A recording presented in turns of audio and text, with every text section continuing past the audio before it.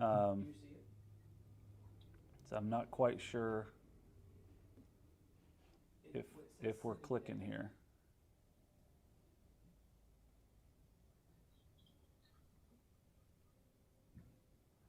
Looks like we definitely are on YouTube. So now it's working. Okay, cool. All right, sorry about that technical difficulty. I just wanted to verify. I saw some messages coming across that we weren't quite there. Those of you that are watching on Facebook and YouTube, we're going to start over. Yeah, because nothing was streaming at this point. All right. Well, it sounds like we're going to. There we go. I think we are going to do that again because we just got a good test run. So congratulations, everybody did great. All right.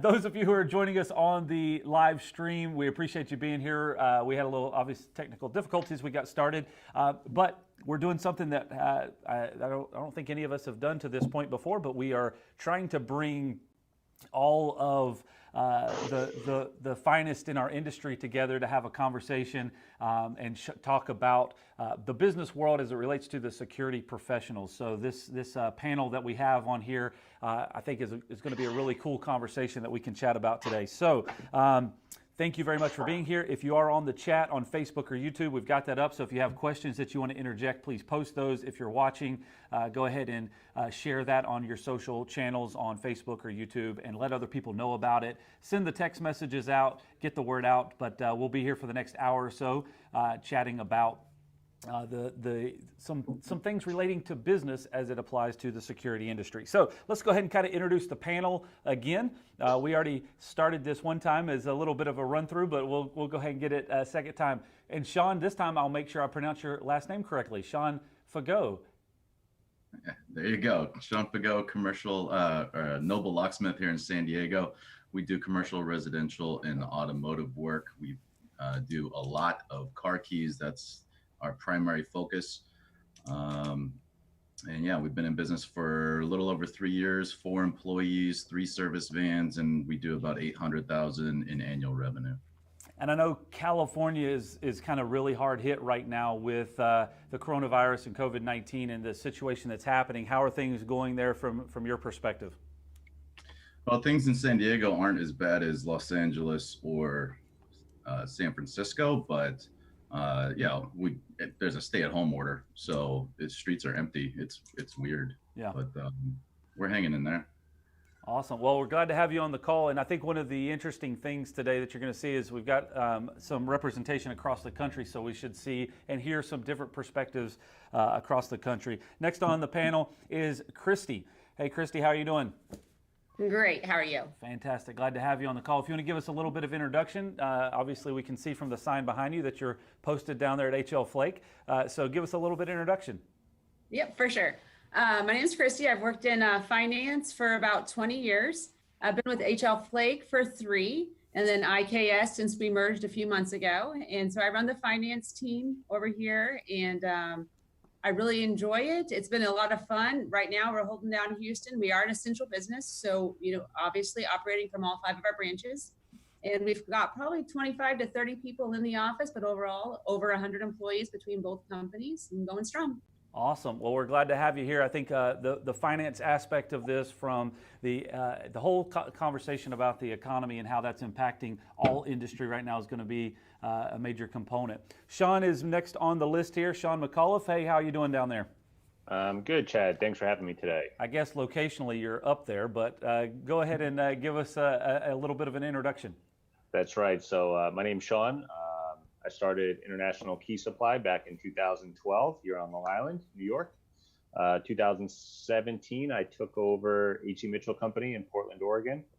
And just towards the end of last year, we ended up merging with HL Flake. Awesome. So glad to have you here. Good to hear things. I'm looking forward to hearing some of your perspective from the business realm as we continue to navigate this. And you are in New York. You're on Long Island right now? Yeah, we're on Long Island, so we're about 45 minutes from the city. Same thing, got stay-at-home orders and a lot of people self-quarantining and all that good stuff. Awesome. Well, next on the list is Mr. Wayne Winton from Colorado. So Wayne, how are you doing? I'm doing good.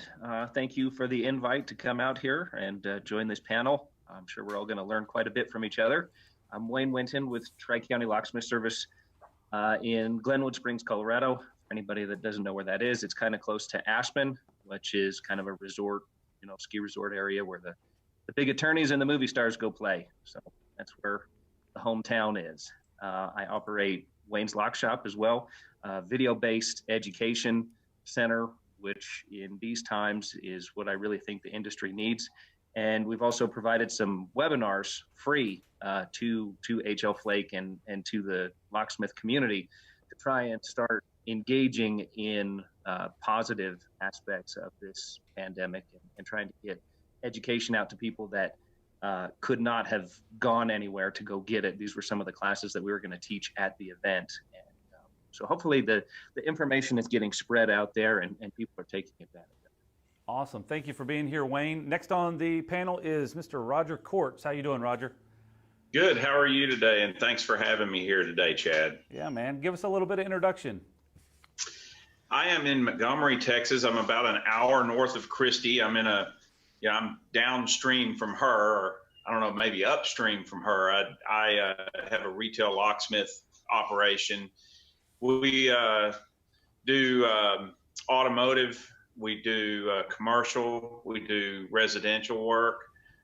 We haven't started, we're going to get into safes eventually. It'll be a couple of years, but eventually we'll be in that business. Our business is doing okay. It did get, it did for a couple of weeks get pretty bad there. So, as far as the phone not ringing. Sure. But it seems to have picked up. I would say this week we're probably off 40%, but the 2 weeks prior we were probably off 70%. This thing's going to turn around and it'll get behind us eventually, and I think sooner rather than later. I feel positive of that. I will say this: I got into automotive 2 years ago, and I'm really glad I did. I'm really glad that we diversified our offerings, because automotive is leading us out of this, and we're real thankful for that. The other thing that has really picked up would be the residential property management. It seems like there's some pent-up demand there that's starting to rear, and so we're going to be quite busy this coming week. We've already booked out a lot of jobs for next week on that end.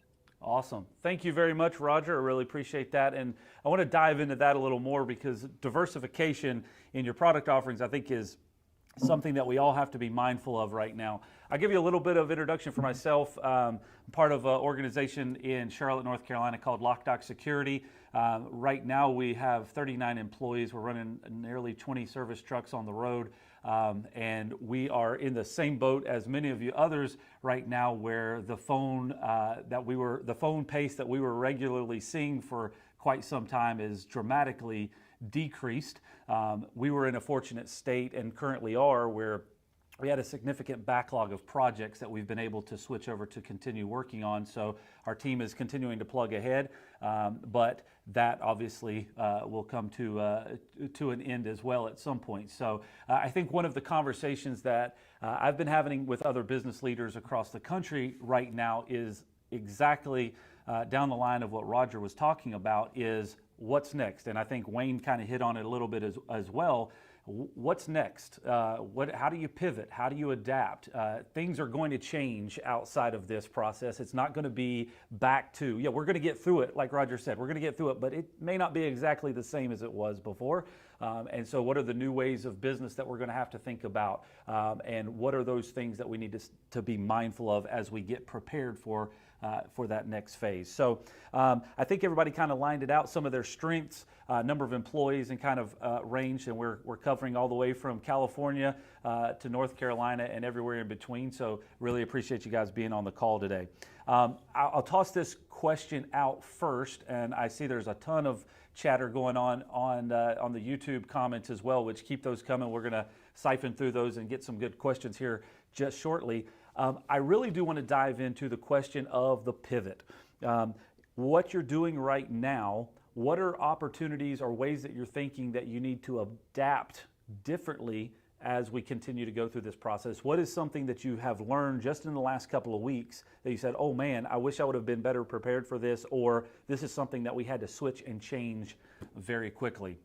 I'll toss out to Sean if you want to kind of give us a little jump on that. What are your thoughts on that?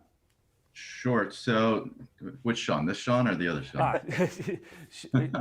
That Sean. Yes. Yeah. So, our car dealership business has fallen off a cliff. Car rental companies have fallen off a cliff. Automotive repair shops fallen off a cliff. Vacation rental companies, absolutely nothing coming through from them, and that was a big part of our business. So we took a pretty big hit really fast right at the top of this. Right at the start of this pandemic. But our retail car key business has remained decent. So we've kind of just taken the opportunity with the low fuel costs, which is good, and no traffic on the freeways, which is good, to extend our service area. So it essentially doesn't cost us any more or any more time to travel further. So we are taking customers, especially for our retail car key business, at a much further distance than we normally would travel. That's helped a lot. And we are now advertising for services that we typically wouldn't advertise for, such as car lockouts, building lockouts, things of that nature. Luckily, we had some cash in reserves, and I would strongly suggest everybody hoard some cash. We got physical cash in the safe, we got cash in the bank. And we've been able to keep all of our employees busy enough.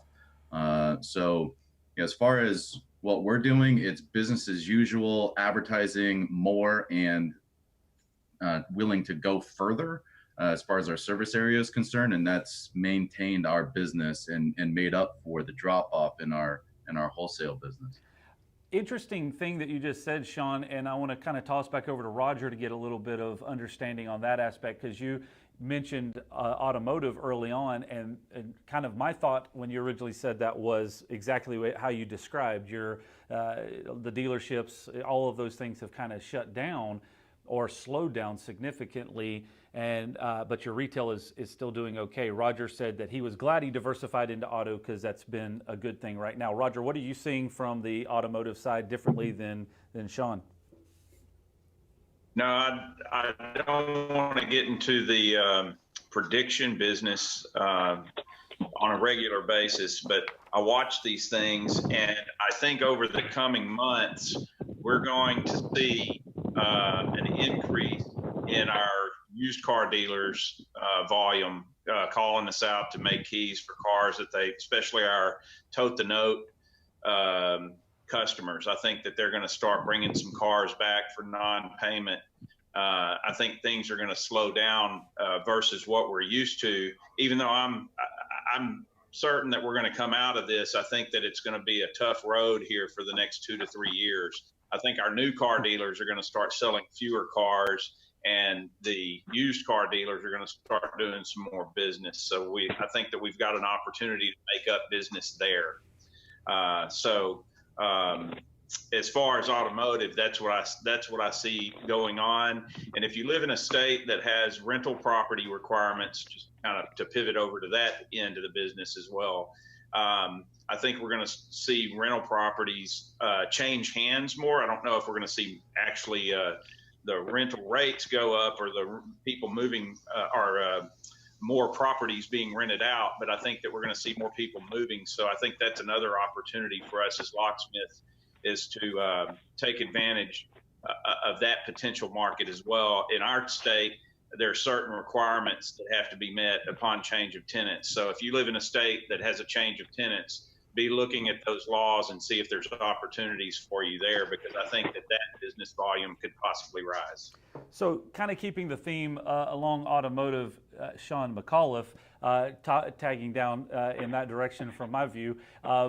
You have a lot of, from my understanding, clarify if I'm off base here, on the automotive manufacturing distribution of keys and equipment. What are you seeing any trends happening there, or any early signs that you would say I'm tracking with what these guys are seeing? Yeah, I mean, definitely, kind of going back to something Sean Fagot said before, it's hit and miss some days. Some days are just like a regular day. Other days are very slow. One thing that we have seen certainly is just I think a decrease in the average size of the order from our customers. I think they're ordering more of what they need versus stocking up for a week or two. So that's something we've definitely seen.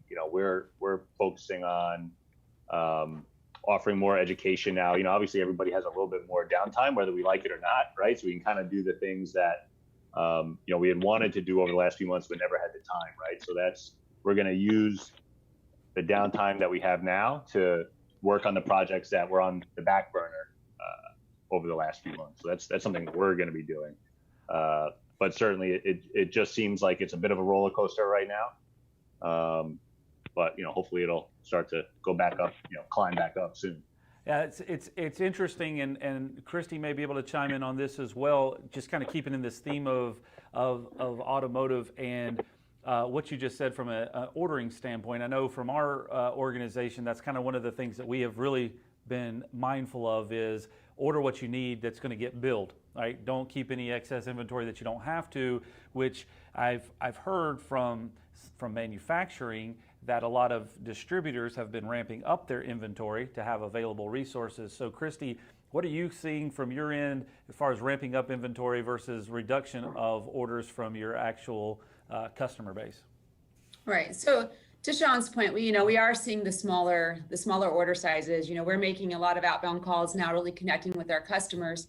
And a lot of them are telling us, hey, we're just ordering what we need right now. We'll definitely call you when we have an order. On the flip side, as the supplier for all of our customers, we want to make sure we have in stock what they need. So we're definitely working with who we buy things from so that we make sure we have in stock what we need. And of course, just placing the right order so it's here. We've always carried tons of inventory. That's what we do, and it's how we do our job. So we're not going to stop that. We'll continue on. Awesome. Yeah, and I'd add on that, one thing that I just expect to see is, we would maybe order more cylinders, but less key machines, right? Because we don't expect guys to be building out new vans right now, sure, but we do expect them to be rekeying lots of doors, as Roger said before. So we're kind of looking at it also on a category basis on what we need to order more of and what we need to scale back on ourselves. I want to jump over to Wayne and kind of get his thoughts on this, on the pivot thought, or kind of what you're seeing from ups and downs in different market types. I think that's one of the interesting things with the locksmith and security industry is you can be so diversified in if it's automotive, residential, commercial, safes. Yeah, there's a lot of variety to get into. So what are you seeing in your neck of the woods, Wayne? Boy, it is just a random, haphazard call right now. You never know what you're going to get. Mostly, it's locking up buildings, locking up restaurants and hotels and movie theaters and places that they haven't even ever locked their front doors in 20 or 30 years. I don't even know how they work, to be perfectly honest, let alone have keys for them. So that's a great opportunity to go out there, rekey those facilities, get them on restricted keyway systems that your company has access to or owns. Instead of just doing a random key, I'll put them on like an MX or a restricted keyway, and that's pretty much the main thing. I think there'll be a lot of safe opens after all this. I think everybody's hoarding cash, putting things away. And I think there's going to be a lot of forgotten combinations, or they may not know how to use their safe properly, but they're hurrying and stashing that stuff. And as things evolve and get better, and as the public is less restricted, I believe we'll have a lot of business doing this. So commercial and residential has been really good, and the safe side of the industry has done really good for me. I can have anything from an empty day like today to like yesterday. I mean, we were slammed all day. I was up and running at 8 and didn't get home till 8. So I had a 12-hour day. Yeah, most definitely. I think you brought up a couple of valid points there, and I'm interested if anybody else is seeing this, because I heard this from another company, Safe Rental. There's a lot of, as you just said, people are locking their doors for the first time, but maybe they also have things that they've never needed to secure like that before. So, but they're not necessarily interested in investing in a safe, but they just say, hey, we need it for temporary sake. Has anybody on the panel dealt with any of that? I'll just go ahead and jump in here. I have rental safes. I'm one of the few people who actually does that.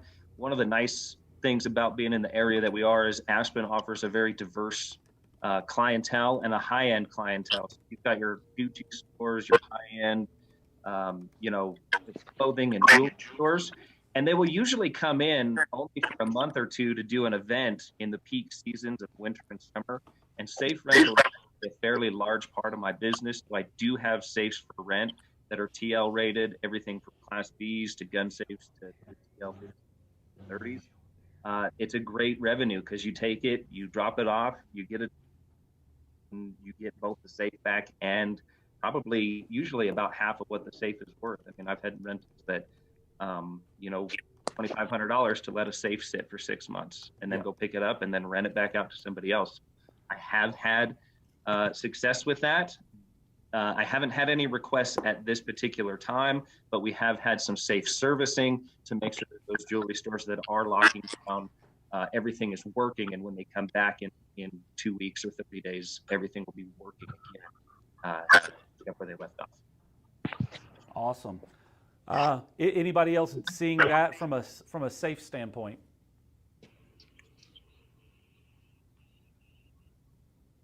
No one else is dealing with the safes on that side. Awesome. So, Wayne, I want to kind of jump back over on the pivot side. I know you said you got a kind of a random assortment of things coming in, but you mentioned the video training. What are you seeing from like an actual pivot in the actual business operations that you're dealing with that you would say is suggestive of a pivot? I mean, I can kind of back up to square one and just kind of let you know what was going on in my head and what I did for my business. If we back up last week, things started to really take off and a lot of things got implemented and placed in shelter laws and things like that. My employee wanted to self-quarantine. So, if he wants to self-quarantine, that's fine. The first things that we start looking into is, does myself and did I pay for employee benefits such as unemployment and things like that? And yeah, I encourage you to go ahead and jump on that, get it in now because there's going to be a wave of it coming in. So go ahead, get yourself on unemployment. Here's your last check. If you want to hunker down and bunker down and be safe, that's fine. I'm going to support my employee to do that. I'm going to go ahead and still continue to run calls. The second thing I had to do was think about if it gets slow enough, what can I do? I have my business set up to where I have paid into workman's comp and unemployment. So if I do need to, I can actually lay myself off and the business can continue to run and operate. So those are just some kind of things that went through my head first. As far as dealing with it, it worked out just about perfect to where one person can stay somewhat busy. I don't have enough work for two, but keeping myself busy both with training and education, and then the main focus is running every call we can and then getting every single one of those calls, maximizing it. I went out to go do a Reiki yesterday, which would normally be $125. I turned that into an over $800 sale because the closer in the door didn't work. There was some dangerous things happening. It wasn't bolted down. There were some cracks in the frame. And there was a lot of problems with that door, and that owner was willing to go ahead and fix that because it is downtime. There aren't customers coming in and out of the door. There's not a lot of things happening. Is a huge thing that people just simply haven't had time for. So make every sale count. Have a plan as to what you're going to do in case the calls actually do completely fall off the planet and drop. But make sure you have a plan to take and maximize every single call that you have. Any other minutes in downtime, I'm making YouTube videos for people. and just trying to help the industry out and do what I can to stay afloat. Yeah, I'm interested too if anybody else, Roger, Sean, or Christy, seeing the change in utilizing video, maybe on the production side from an education standpoint, but also from a meeting standpoint. I think one of the most interesting things I've recognized or I've seen in our industry is, the thing that we all do is work with our hands in the field. So we have to go out and touch things and deal with people. That's the job that we have. That is slowly being limited or taken away. So how does that change? How do you leverage some technology to either connect with your customer base better or be able to service your customers in a different way than you have before? I think electronic invoicing is going to make a huge impact on this. I do not take cash, absolutely have to. I'm not taking checks. I don't let people touch my phone, so I'm not getting a lot of the signatures on my invoices that I was getting before. But I did switch over to a QuickBooks program to where we could go ahead and invoice electronically. They get an email, they can pay it through their email, they can use their bank account or an e-check, and it's all really, really secure through QuickBooks Online. So I think you're going to see a huge spike in demand for electronic invoicing, less touching. I did post a video to kind of help people out about using gloves, fresh gloves every single time, hand sanitizer every single time before and after, and just really making sure you take care of yourself first. Lysol wipe everything down, just limit your interaction. We touch the dirtiest stuff in the industry. I mean, handles, door handles, and cars are some of the most disgusting places that somebody can find themselves. And we're right there in the thick of it. So those are some of the things that I've done, and those are some of the things that I think is gonna happen in the future. If you're still on paper invoicing, now's the time to. Roger, Sean, any thoughts on that? Yeah, I could expand on that as well. We've been paperless from the beginning, so all of our invoices are digital. All of our receipts go to a customer's email or text, and we used to take electronic signature on the phone. We stopped doing that. Instead, if we're able to and the customer isn't going to be weird about it, we do take a picture of an ID just in case there's any chargebacks on credit cards or anything like that that we have to deal with. We put gloves in all the vehicles. We put hand sanitizer in all the vehicles. And here's a tip for everybody. You can't find gloves or hand sanitizer at any store, not here in San Diego anyways. So what I actually did, I went on to OfferUp, which is one of these, peer-to-peer selling apps, and found a dude who had all kinds of hand sanitizer. I don't know where he got it from, but I met him down at the train station and bought it basically literally on the black market and was able to put hand sanitizer in all my vehicles. So do whatever you got to do to protect your staff. That's very important. And limit contact, obviously, with your customers. But yeah, we don't take, we've never taken checks. Have to take cash, unfortunately, but we are wearing gloves and we're putting it in plastic bags, hand sanitizer, and electronic invoices. I think it's all really important right now. We use software called Workies. Works really well for us. It's all integrated with our schedule. All the invoicing and everything is in there. So it's one-stop app on your phone, does everything digitally. So it makes it a lot easier. So technology has been a big help. Yeah, for us, we obviously we ship a lot, but we do get local customers that come to our warehouse and pick up. So that's where we needed to kind of pivot. So otherwise, we've been entirely paperless as well, except for when we have a pickup order. So what we did was we actually have a vestibule in our building. So we put different lock sets on the interior doors. So we keep the vestibule unlocked from the outside, locked from the inside. And we put a Ring video doorbell in the vestibule. So now when a customer comes, they ring the doorbell. We've got someone monitoring it on an Amazon Echo, and then they talk to them through it. They just, okay, go back out to your car. They have the invoices in there waiting for them with a pen and some hand sanitizer. So we have them sign all that.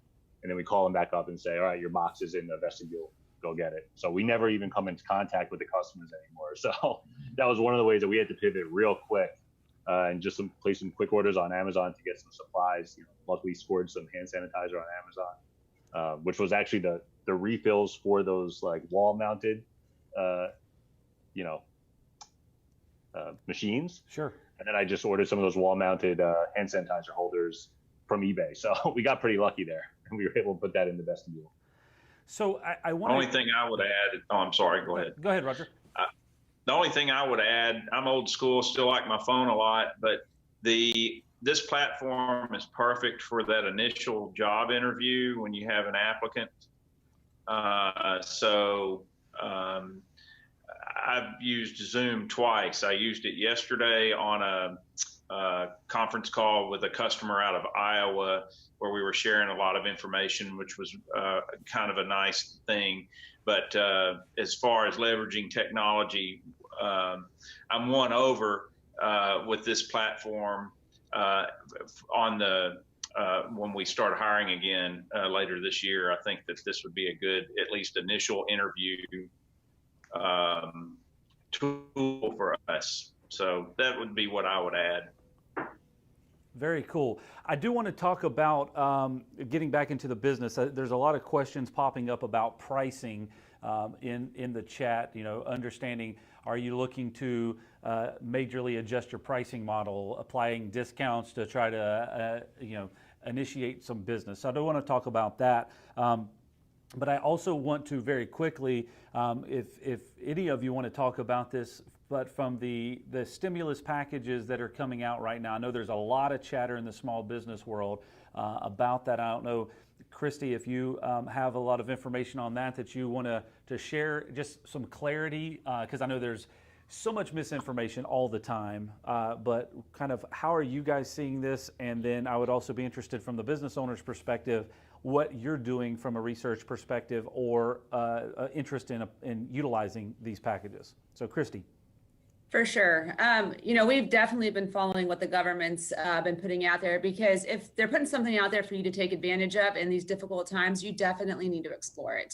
I would say the most impactful one that came out recently was the CARES Act. And so that's pretty much probably everybody listening on this call, anybody with less than 500 people, right? Especially if you have a payroll of employees. I've heard 30 to 50, whatever it may be. If you're trying to take care of your employees and get them through this may be an opportunity for you.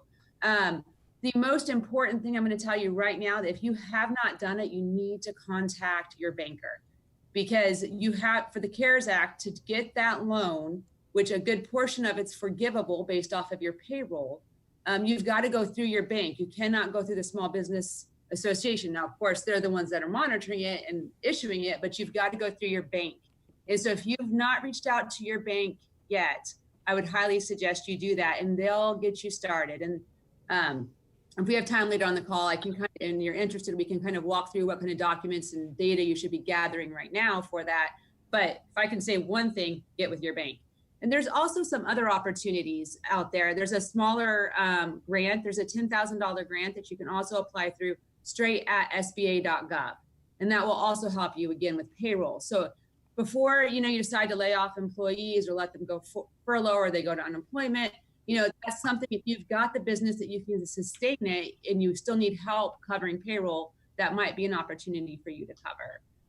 And of course, if you have more than 50 employees, paying attention to the Families First Coronavirus Act is also going to be very, very fruitful for you, because unfortunately, if somebody does come down with COVID-19 or the schools are canceled, so you have some workers who can't work because they're caring for their kids, that's going to pay for some paid leave for them, but then you'll get the credit back on your employer taxes. So all kinds of good stuff out there to watch.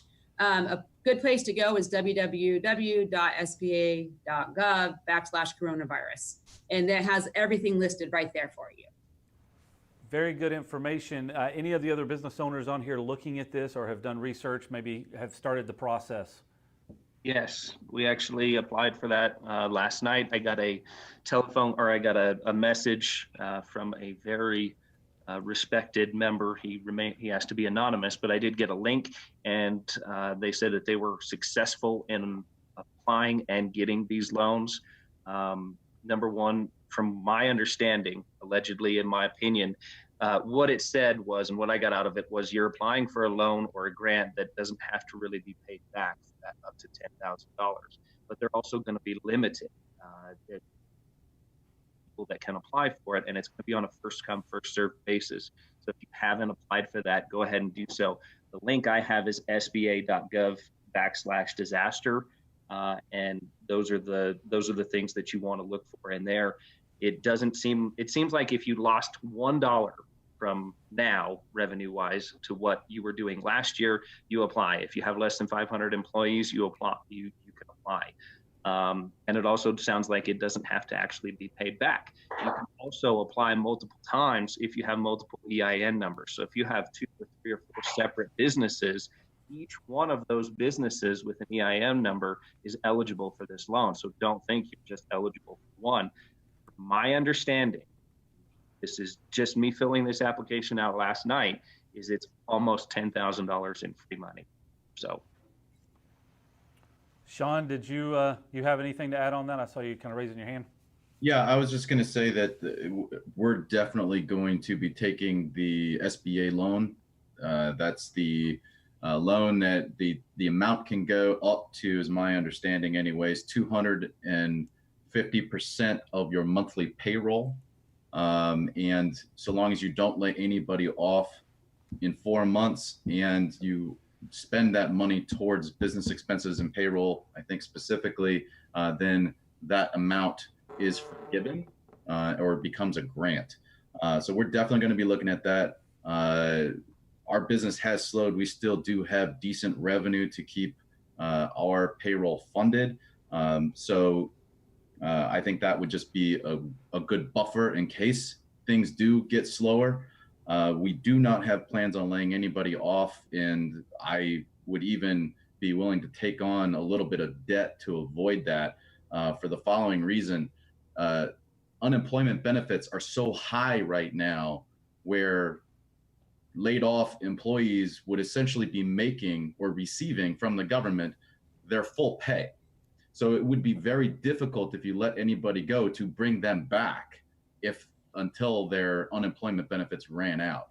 So I think that actually might be a problem for a lot of businesses, is rehiring people if they're getting free government money at the same amount of money they were getting when they were working and literally not have to work. So we don't want to lay anybody off. We don't want to let anybody go for any reason if we can avoid it. But we're definitely planning on taking the SBA loan. The SBA grant, that $10,000 grant, I didn't know about that. I'm going to look into that as soon as I get off this call. Roger, do you have anything to add on that? That disaster grant that Wayne was talking about, please correct me, Wayne, if this isn't what you were talking about, but there was $1 billion in that fund. It's a $10,000 grant. I did apply for that earlier this week. You could apply for it and submit it on the SBA website. So when you do the math on that, I think there's something like 45 million small businesses in this country. So you have about a 1 in 45 chance of getting that grant. I think it's a great use of your time. The other thing is the PPP under the CARES Act that Christy talked about. The applications will be accepted tomorrow at your bank. There are links online for the payroll protection program. It's called the PPP. There's also a lot of YouTube videos from accountants talking to you about how to calculate the PPP. The application process, though, is very easy, and it's crazy. The government has a way of making things very complex, but this application is very concise and specific about how to make the calculations and what documentation you need to bring to your bank. They are accepting those applications tomorrow. You cannot bring an application in today. I guess your bank may, if you know your banker real well, they may hold it till tomorrow. But the PPP is designed, like Sean was saying, to help the small guy like us keep our employees there, because like he said, this could be a problem. The federal government is backstopping each state's unemployment and adding $600 a week to that. You want to keep your employees under your roof. If they go somewhere, they're not coming back for 4 months or so. So that's what I would add. I think that's a great point to notate, and to kind of everyone's point on that. Number one, make sure you're in contact with either your CPA or your bank, because that's where all this is going to happen. And your CPA is ultimately going to tell you to go to your bank, so that's going to be a number one thing. As we've understood it from our perspective, just to kind of underline that, there's three kind of things happening to what Christy was talking about. One is the Family Medical Leave Act, that is to help businesses with 50 or more employees if they have any employees that are tested positive or out of work because of it. And there's a lot of other things happening with that, but that's one separate. The second one is an SBA loan that Wayne was mentioning, and several others, that has the first $10,000 of it can be forgiven as a grant, and that is an active loan that you can apply for right now. The payroll protection PPP that you were referring to is a third option. That is a different type of a loan that most likely will be forgiven, but you do have to follow a lot of protocol and apply for the forgiveness after an 8-week period, and that will cover potentially all of your payroll expenses. And that's one of the key underlining components, I think, that everybody continues to talk about. It's not just the payroll, it's all of the expenses associated with it, including insurance, healthcare benefits, retirement benefits, anything that you're offering as payroll compensation can be rolled up into that. So all of that, I think the underlying statement is get a hold of your bank, and they will walk you through that process and help you gather all the information. But I think you all very eloquently defined those things. I know there is, again, I'm trying to kind of watch through some of these, the chat going on right now. Outside of that, there's been some chatter in here, and I want to try to clarify it as best I can, and ask it in two different ways. What are the business activities that you're doing right now to be prepared for when things get back to a new normal? So are you actively doing any business activities that say, hey, we're going to start preparing now for the inevitable, if that's training, if that's marketing, if that's restructuring, whatever. And then the other question that kind of came up in here, and I want to kind of clarify it in a couple of different ways, is how are you being cautious about profiting off of other people's struggles right now? So, foreclosures, repos, any of those things, which I know a lot of banks are saying we're not doing anything right now, but obviously that will inevitably come. So theories on that, and what are the activities that you're doing to be prepared for an upturn in the economy? So I could jump in here. One thing that we've been doing is something like what we're doing right now. We've been planning and doing a bunch of education. We're hoping that if we give our customers the tools to do more business on their own, that then they'll end up doing more business with us. So we've been doing that. And on profiting, we've been either doing those for free or, depending on the class, for a very cheap price. We have a Mercedes class that we're doing on Friday. It's $145. Usually it's much more than that. And we're giving you a $100 credit on the store if you sign up. So, we're not looking to make a ton of money on education. We want to hold that we hope that pays us dividends later, right? When people are back to business, are back to work, and that they'll appreciate that we put that education out there for them. In addition to that, I've been using some downtime to look at developing new products that we can offer for sale, in a few months when everything comes back. So that's really what we've been doing on our end. It's just kind of trying to think outside the box of how we can build relationships and just do more. So customer education, pouring into your customer base, and obviously you're on the distribution side. So what are the other business owners doing? Are you thinking of education, not necessarily internally for your own business, but educating your customers externally?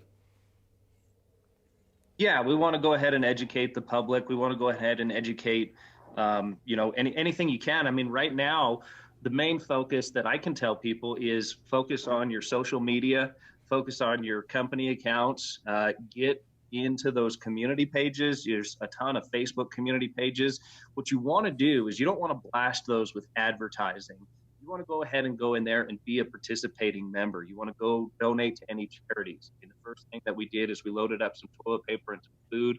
We dropped that off at the senior center. We made a post on one of the community pages that has 35,000 people. That's really, really large considering our main town is only about 10,000 people. So just getting on there and letting people know that, you know, we are here, we are active for those emergencies. We are, I'm considering myself a needed necessity industry. I mean, you got food, water, and shelter as basic human needs. And what follows right behind that is security. And I'm also offering some community features, like if there's domestic violence or any of those immediate things that is out of everybody's control, we will come out and we will rekey that facility for free. I've had a couple bites on that. And I just had one yesterday. With these times and these people being at home, you know, people are falling back into patterns of addiction and just, you know, really bad situations, and letting the community know that we are there to not capitalize on a disaster, but we are offering paid for services if you have the means to do so. And we're also offering some volunteer services as a means to do so as well. We're just gifted enough and doing well enough that we can offer that back to the community. So those are the main focuses. Get your social media right, get out there and get reviews. Every one of those ones that you do a charity job for, see if you can get some reviews for it. Get your last month's worth of customers, email, text message, and get those links out and get some reviews for your business and start generating some activity. Great information. Anybody else? I could dovetail on what Wayne was just saying. As far as any customer that calls us that's in a desperate situation and doesn't have the means to pay, we are either waiving our fees if possible or just charging our costs. We obviously can't, we're not a charity, we're a for-profit business, so we can't do that all the time. But for those customers who are in a desperate situation or domestic violence situation where our costs are minimal and we weren't doing anything anyways, we are helping out in that way. We do ask for a review on Yelp or Google though. If it's not going to cost them any money, they might as well help us. And that's worth a lot to us anyways. So that might be a good idea for some folks.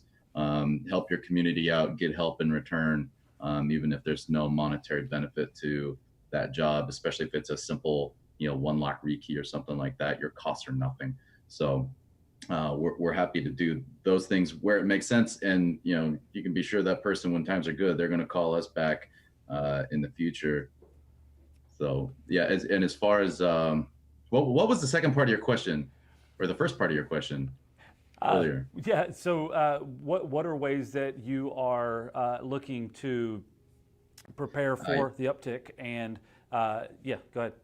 Yeah. So one thing that we're doing is getting our inventory right. So, you know, we got a lot of car keys in stock. I mean, we got over 600 different SKUs of car keys on hand at any different time. So making sure we know exactly what we have, that it's in the right place, reshelling all our miscut keys, doing a lot of that type of stuff that we've been meaning to do forever, just never have time to get to. We're really doing a lot of that housekeeping, getting all of our accounting up to date.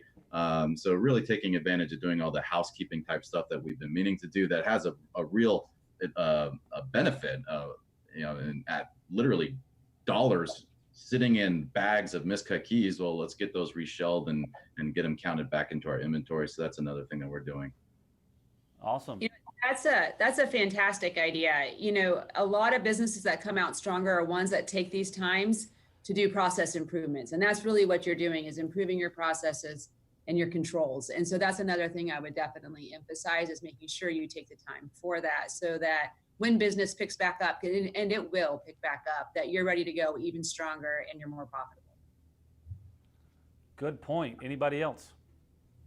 Yeah, I would just add or reinforce those 2 points. Number one, if you're taking the time to improve your processes, I know that makes especially a business owner's day quite busy during times like this. But if you're improving those processes, you're going to improve your profits down the road. Furthermore, if you're a small business in a pretty close-knit community, it's times like this that if you're stepping up and you're really taking care of those people who truly need it, you're going to reap the benefits of that for years to come. So none of us look forward to times like this, but this is the pause that refreshes. This is everything is cyclical. So, somebody else is losing their hat in the market. There's other people that are finally able to get in at affordable prices, So when you've got a business that's been real busy, but you've got things that you've been putting off for the longest time, and now things have slowed down, it gives you that opportunity to improve your processes, to train your employees, to do the things that go by the wayside when the money's being printed and deposited and you're blowing and going. So this is a good thing. I always look at the positives. This is really, I think we'll look back and this is going to be a good thing. At the end of the year, you're going to look at your sales and go, man, if that didn't happen, we would be here. But I think that this is going to pay dividends, 5 and 7 and 10 years down the road. Good point. Sean, anything to add?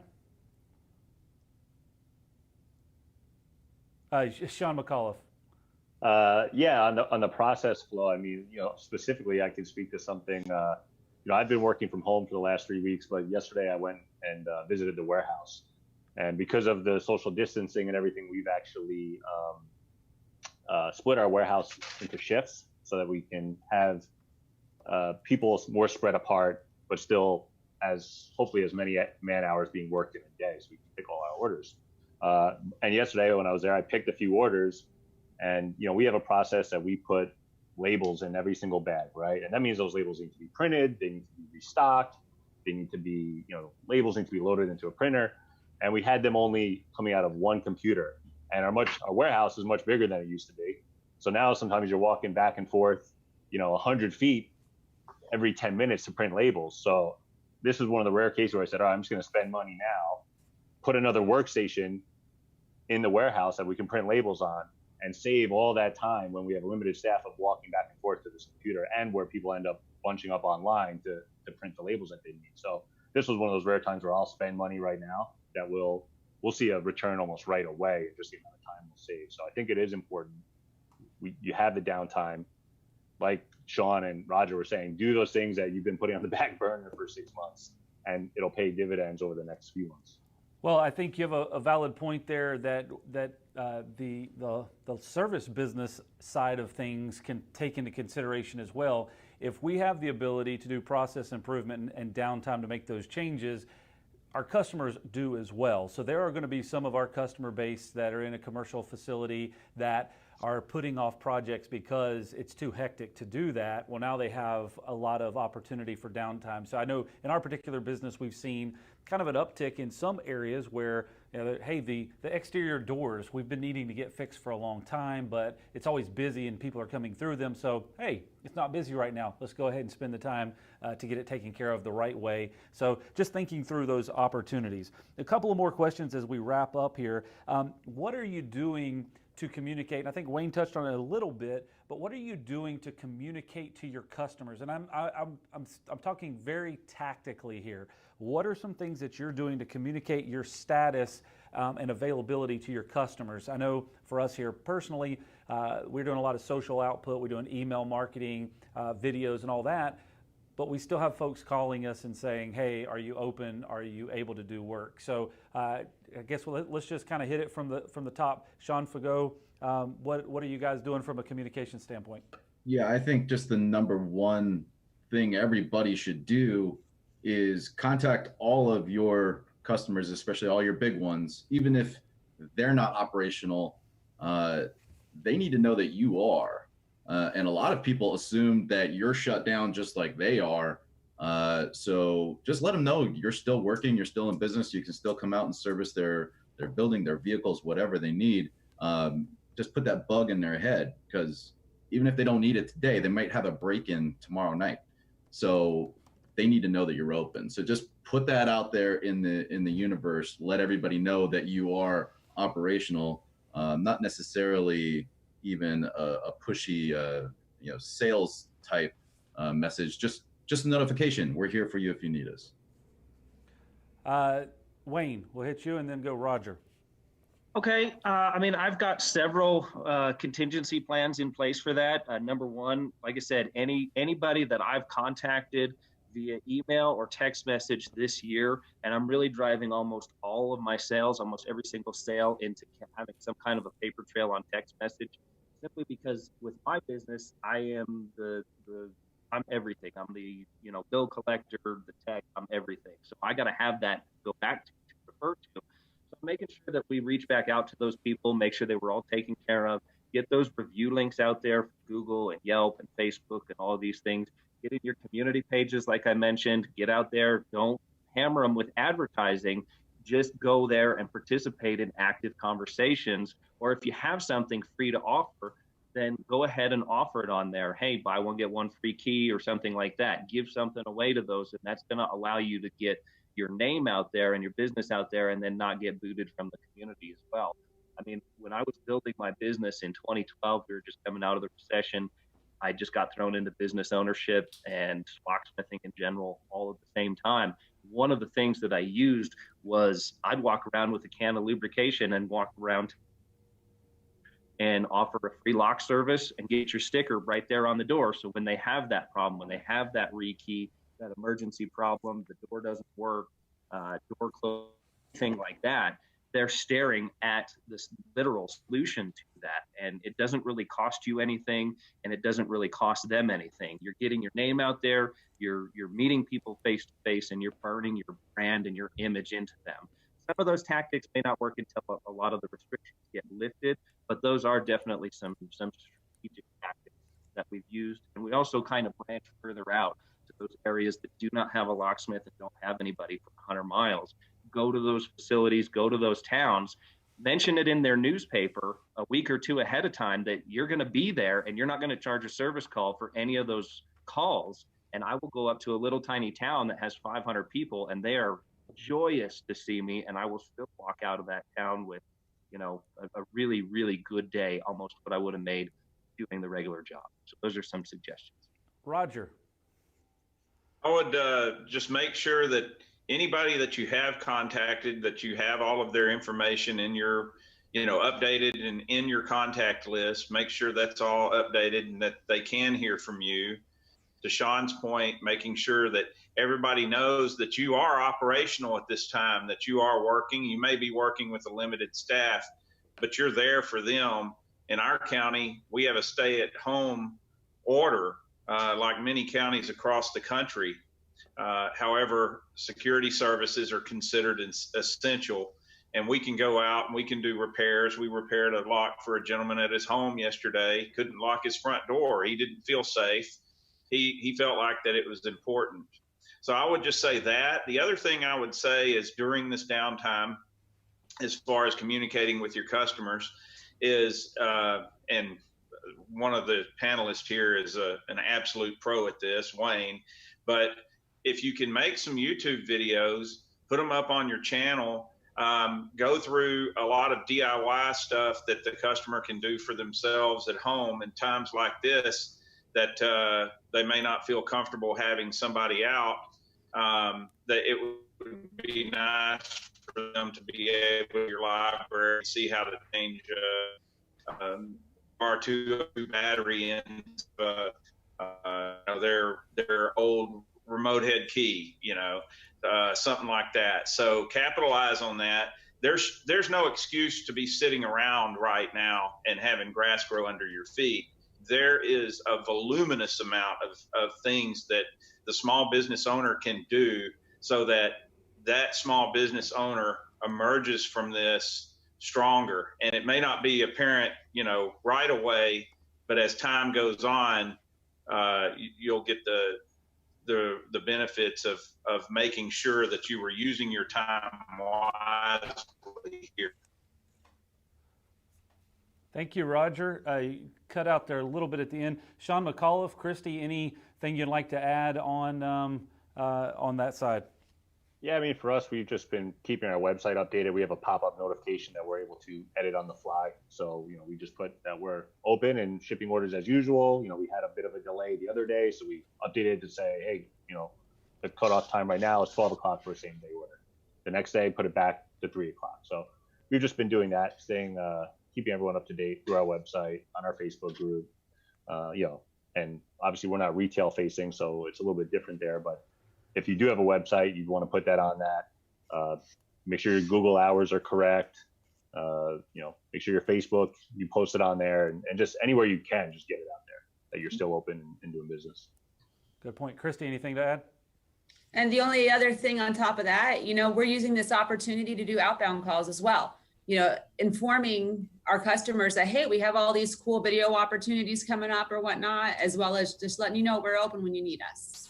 Perfect. Yeah, I think the key takeaway is figure out what your primary customer communication line is. So if it's online ordering, if it's text messaging, if it's face-to-face, if it's online, whatever it is, find that primary method and just make sure you're hammering that communication line to let them know what's going on. I want to be mindful of the time here. I know we're pushing in on 3 o'clock Eastern time, and I know we're all in different time zones. If we have the ability to ask one last question, I just wanted to throw this out here for anybody. As things are changing right now, people are hyper aware of touch points. People are hyper aware of in-person communication. As Sean mentioned earlier, moving to contactless delivery. Here's your stuff, we're gone, you come pick it up type thing. What do you see that meaning for our industry from a product offering standpoint? So we are in a really interesting industry where the things that we install, the things that we work on, and the things that we deal with every day are the highest level of touch points that everybody has outside of their mobile device, is the locks and the door handles and those openings that they touch. How do you see that changing the face of our industry? How do you see that we have to adapt in our industry, or opportunities that we need to be mindful of outside of that?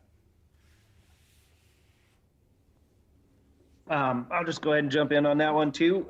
We recently, in the last year, we've actually installed quite a few door operators. Now, these were already starting to pick up in popularity just due to ADA compliance. And, the schools, as soon as they have somebody who's disabled that attends that school, even if it's just one student, they're going to start to need those accessories. And then electronic access has been huge in schools for a decade now, that just being able to lock things down. Focus on those smaller schools. It's like if you do bank work, focus on those smaller local credit unions. Don't focus on the big, huge guys. Just focus on, something that's local that you can interact with one-on-one. I've also done some specialized things like bolt job boxes down in front of a business as an after-hours pickup and delivery station. I mean, these are all things you can go pick up a job box for $300, and by the time you get it sold and bolted down and add your time and experience and offer it as a cool new way to pick up and receive packages, you've come up with that idea, you've sold it, and that's been extremely helpful and profitable for me in general. So electronic access, commercial work, you have to be doing electronic access right now. Now, I do the mechanical side, I do the hardware installation. So I've partnered with somebody from another business to actually do the electronic side. We just have a 50-50 share. We just split the profit 50-50. He does everything from video cameras, surveillance systems, full wired electronic access, remote location systems, even residential, home security systems. And in these times, those are what's popular, and we complement each other well. I can bolt in all the hardware and get everything cut in. He can come back in and wire it up. That's where it's going to really, really pick up. Door operators, get out there and get Adam certified so you can work on the high energy operators. Get with Stanley and get on, like DH Pace, all these major chain manufacturers, like NSP providers. they're the ones that are getting that Walmart, that Target, that big work. And they're the ones that are going to send highly qualified technicians out. And they're specifically looking for Adam certified technicians. That's a big hot word in door operators and electronic access. Good advice, Wayne, Sean, Roger, Sean, Christy, any other ideas there? Ways that you're seeing this that will impact our industry on the outside from a reducing touch points perspective.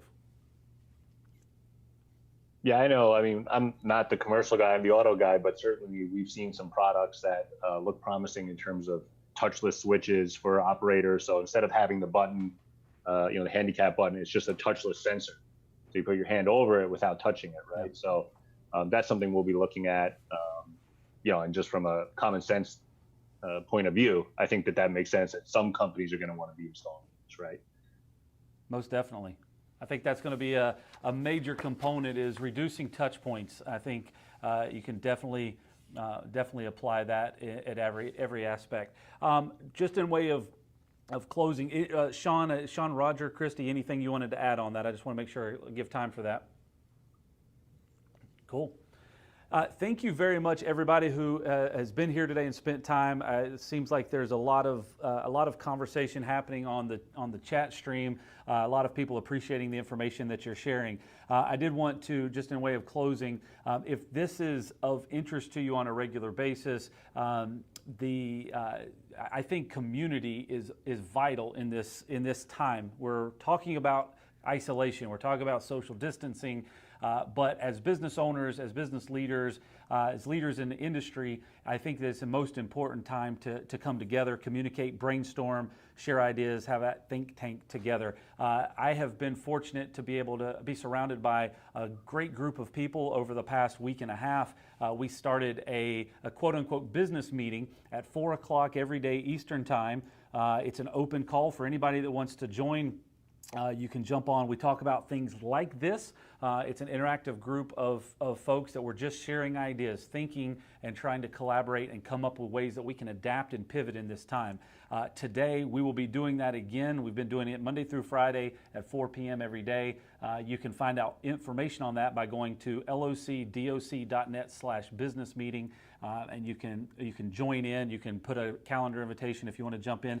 Today's topic, and for the next couple of days, we're going to be talking about marketing strategies, our actual marketing strategies, and implementing those strategies as we're trying to learn how this new concept is evolving right in front of us. So if you're interested in that, if that's something that intrigues you, we'll be doing that in approximately 48 minutes. So we'll look forward to seeing you again on that. Thank you very much, Sean, Wayne, Roger, Christy. A big shout out to Travis with HL Flake for making sure that all this gets coordinated together. And I know there was another slew of folks that were involved in that, but we really appreciate HL Flake hosting this conversation, and hopefully we'll be able to do it again soon. Thank you, Chad. Thank you, Chad. Thank you for watching, everybody. Have a great day.